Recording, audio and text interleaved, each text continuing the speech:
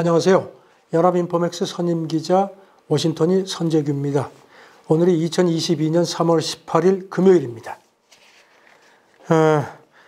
연준이 3월 FOMC에서 예상대로 금리를 올렸고요. 일단 시장은 그 연준의 그 의도, 이제 매파 기조를 확인을 한 상태입니다.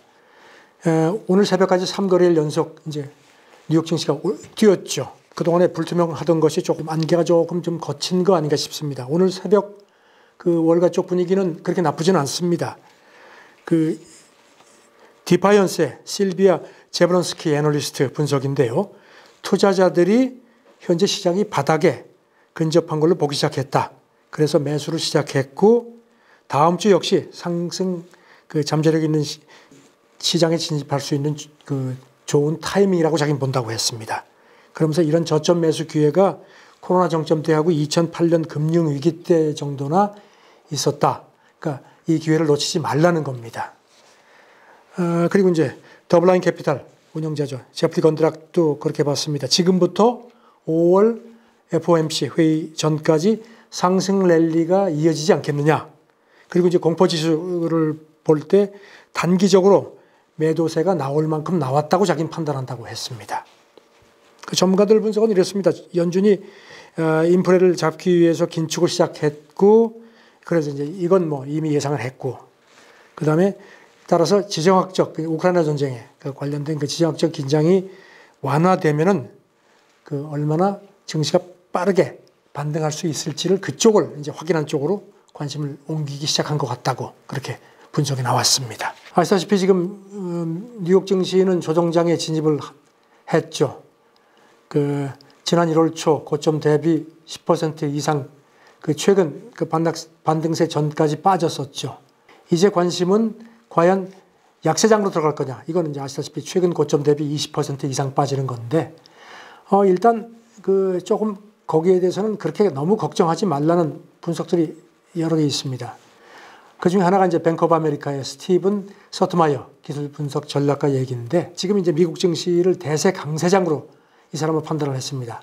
그러면서 대세 강세장일 경우에 주가가 20% 이상, 그러니까 약세장에 들어가는 경우가 굉장히 드물었다는 겁니다.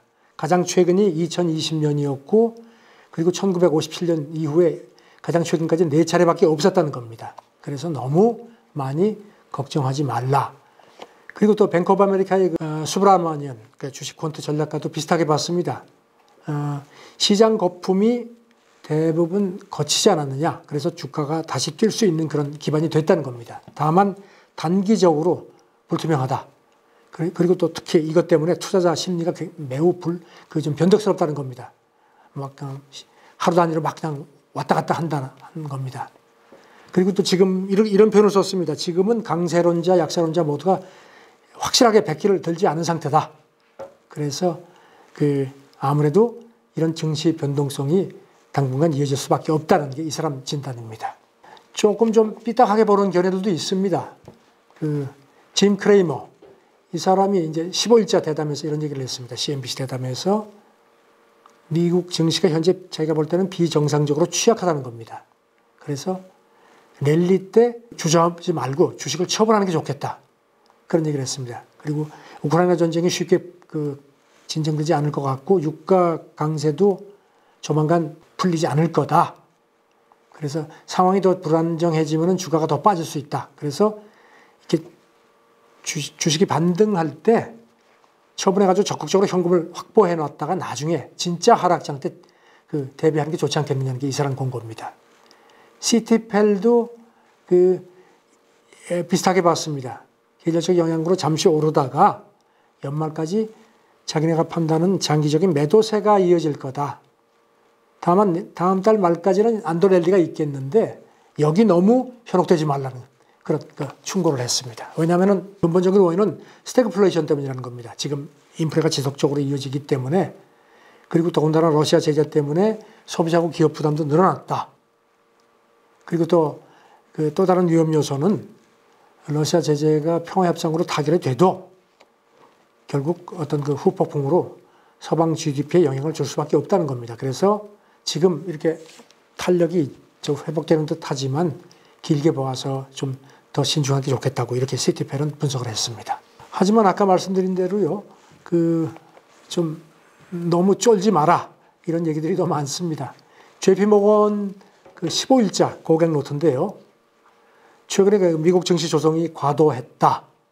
그러면서 지난달 증시 조정의 그것 때문에 지나치게 부정적인 불안감이 많이 커졌는데 이거는 그렇게 바람직하지 않다고 자기들은 본다는 겁니다. 두려움이 너무 컸다는 겁니다. 그래서 JP 모건은 리스크 감수 포지션을 유지하고 있다. 그리고 경기 침체까지는 걱정하지 않는다. 그리고 아까도 말씀드렸지만 조정장에는 들어갔지만 약세장에 진입했다는 판단은 아니라는 겁니다. 그리고 지금 현재 시장의 여러 가지 리스크가 가격에 충분히 반영됐다는 판단을 한다고 덧붙였습니다. 뱅크 오브 아메리카가 펀드 매니저 3월 조사한 결과를 내놓은 게 있는데요. 역시 다들 짐작하시겠지만 스태그플레이션 우려가 많습니다.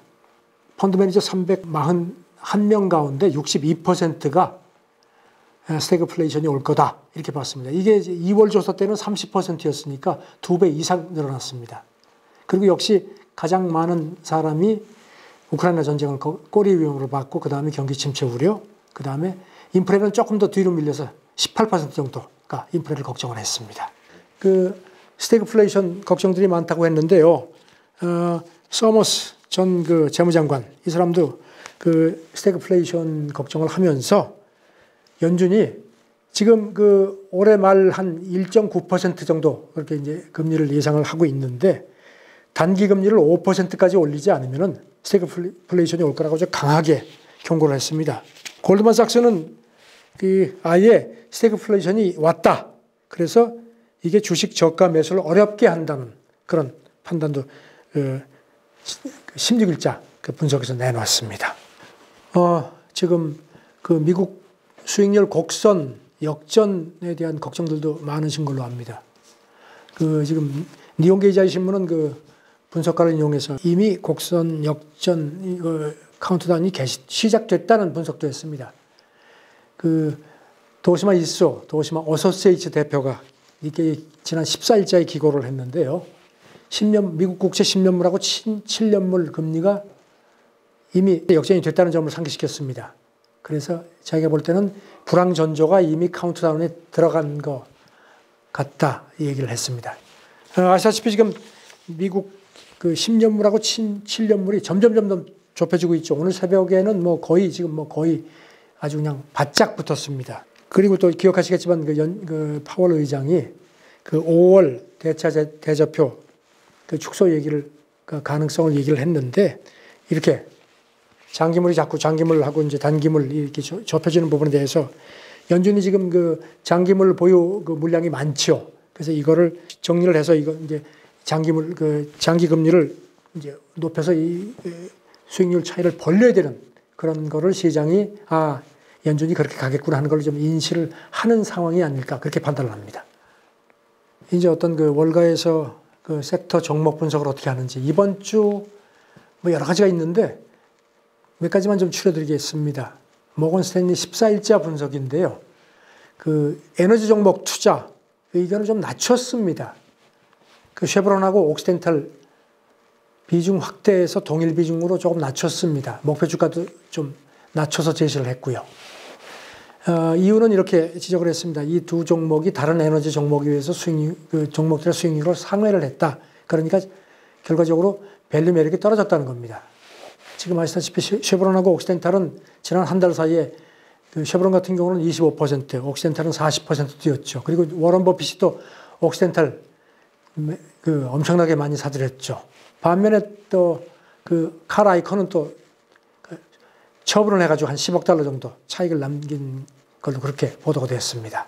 모건 스탠리는 또 미국의 일부 IT 종목이 앞으로 괜찮을 거라고 진단을 했습니다. 아마존 얘기를 했고요. 아마존 같은 경우는 프라임 멤버십이 광고 부문처럼 계속 수익이 늘어난다. 그래서 아마존 주가가 한 40% 정도 뛸 수 있지 않을까 이런 전망도 했습니다. 그리고 또 모건 스탠리는 매치그룹, 이거 데이팅 플랫폼이죠. 지금 이게 세계적으로 온라인 데이팅 붐이 일고 있다. 그래서 지금 이 매치그룹이 2위 데이팅 그 플랫폼을 목표로 지금 국제적인 확장을 하면서 수익 초기 단계에 있다는 점도 상기시켰습니다. 골드만삭스는 그 테슬라 주식을 주목을 했습니다. 한 49%가량 더 오를 수 있다. 전기차 메이커들이 뭐 유가 강세 속에 지금 탄력을 받고 있는데, 특히 골드만삭스는 그 테슬라가 수직 계열을 한 게 상당히 매력이라고 했습니다. 그 지난 몇 년 동안 배터리 원가 구조 개선을 주도해 왔고, 그래서 최근에 그 배터리 관련 금속이 굉장히 가격이 많이 뛰었는데도 상대적으로 상당히 안정적이라는 겁니다. 이런 맥락에서 삼성 SDI하고 SK 이노베이션, LG 화학도 나쁘지 않다는 겁니다. 이런 그 기술 다각화, 수직 계열화 이런 것들에 상당히 그 호재를 가진 종목이라고 추천을 했습니다. 그리고 알타미터 캐피털 CEO는 자기가 나는 이제 이걸 확신한다는 종목 리스트를 공개를 했습니다. CNBC하고 14일째 대담하면서 선보였는데 이 종목, 이 리스트 자기는 앞으로 3년 동안 한 3배가량 뛸 거라고 자신을 하는 그 종목들을 여기 이제 포함을 시켜놨는데, 그 중에서 가장 1순위가 그 스노우플레이크, 이게 이제 클라우드 기반 소프트웨어 제공 기업이죠. 이 사람은 자기 포트폴리오에 이게 한 30%라고 밝혔습니다. 3년 뒤에는 3배 정도 뛸 수 있다. 이게 또 재밌는 게요. 이 사람의 전망이 스노우플레이크 주식이 최근 고점에서 한 60%가량 빠진 상황에서 나왔다는 겁니다. 이 밖에 그 로블록스, 그 다음에 메타 플랫폼스, 우버에도 자기를 투자하고 있다고 밝혔고요. 그리고 또 이제 일부 기술주가 지금 많이 빠져서 아주 바닥에 근접을 했는데 곧 반등할 거다. 거래 가능한 저점 근처라고 얘기를 했습니다.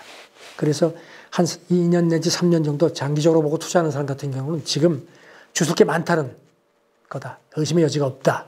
다만 어떤 긴축 사이클의 어떤 그 강도하고 인플레 추이, 그 다음에 우크라이나 전쟁이 어떻게 될 건지 여기 따라서 불확실성이 있기 때문에 단기적으로 하락이 가능하기 때문에 그때 너무 흔들리지 말라고 그렇게 전망을 이제 권고를 했습니다.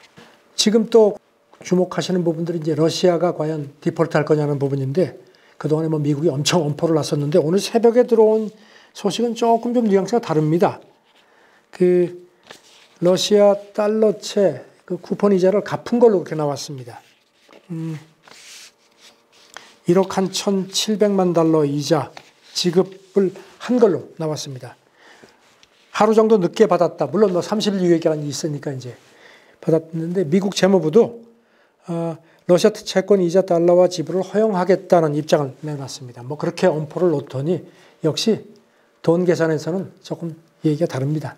지금 이런 그 연준이 어떤 그 기조 같은 거에 대한 어떤 그 안개도 많이 거친 상태고, 그 다음에 러시아의 이런 그 디폴트 우려도 일단 오늘 새벽 상황으로 봐서는 조금 좀 가라앉는 그런 좀 분위기입니다. 이런 것들을 고려하셔가지고, 그리고 이제 단기적인 동요, 이거는 뭐 항상 이제 걱정을 하셔야 되는 부분인데, 조금 좀 이렇게 냉철하게 포트폴리오 구성을 판단을 하시는 게 좋지 않을까 싶습니다. 감사합니다.